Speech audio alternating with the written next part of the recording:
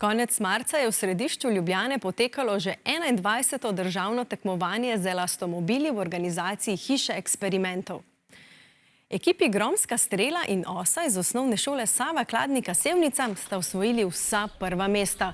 V vožnji po klančini navzgor, za najbolj domiselno izdelan elastomobil po oceni strokovne komisije in po izboru tekmovalcev. Seveda smo preverili, kaj delajo, da jim gre tako dobro. Tekmovanje elastomobilov je posebno tekmovanje. Gre se za vožnjo vozila, ko je na pogon elastike pa vzmeti. Na Kongresnem trgu se dogaja.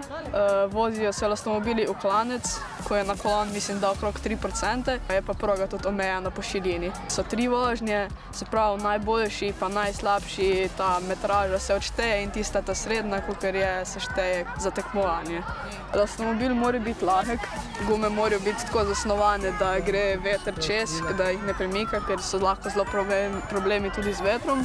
Najprej seveda začne z izdelavo koles iz stirodura, ki se pobarvajo z akrilnimi barvami.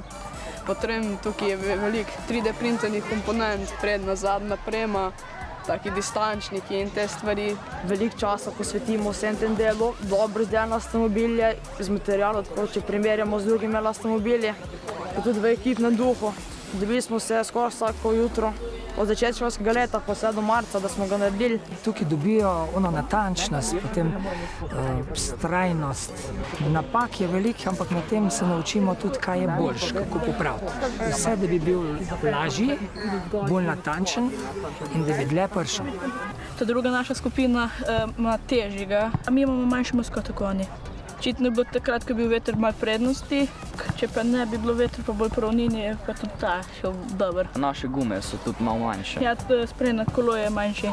Se je treba stvari lotiti z glavo, pa nove ideje je treba 100% noter upeljati. Navor bomo zmanjšali, tako da bomo zadnjo os naredili v obliki stožca. Karbonske palice, naprimer na elastomobilu, bi zelo pripomogle z njegovi ergonomičnosti, pa da bi bil tudi lahek bolj. Ni konc sveta, če nekaj zaribaš, vedno moraš zajeti sapo, pa pol to narediti čim bolj natančno in bo ratalo.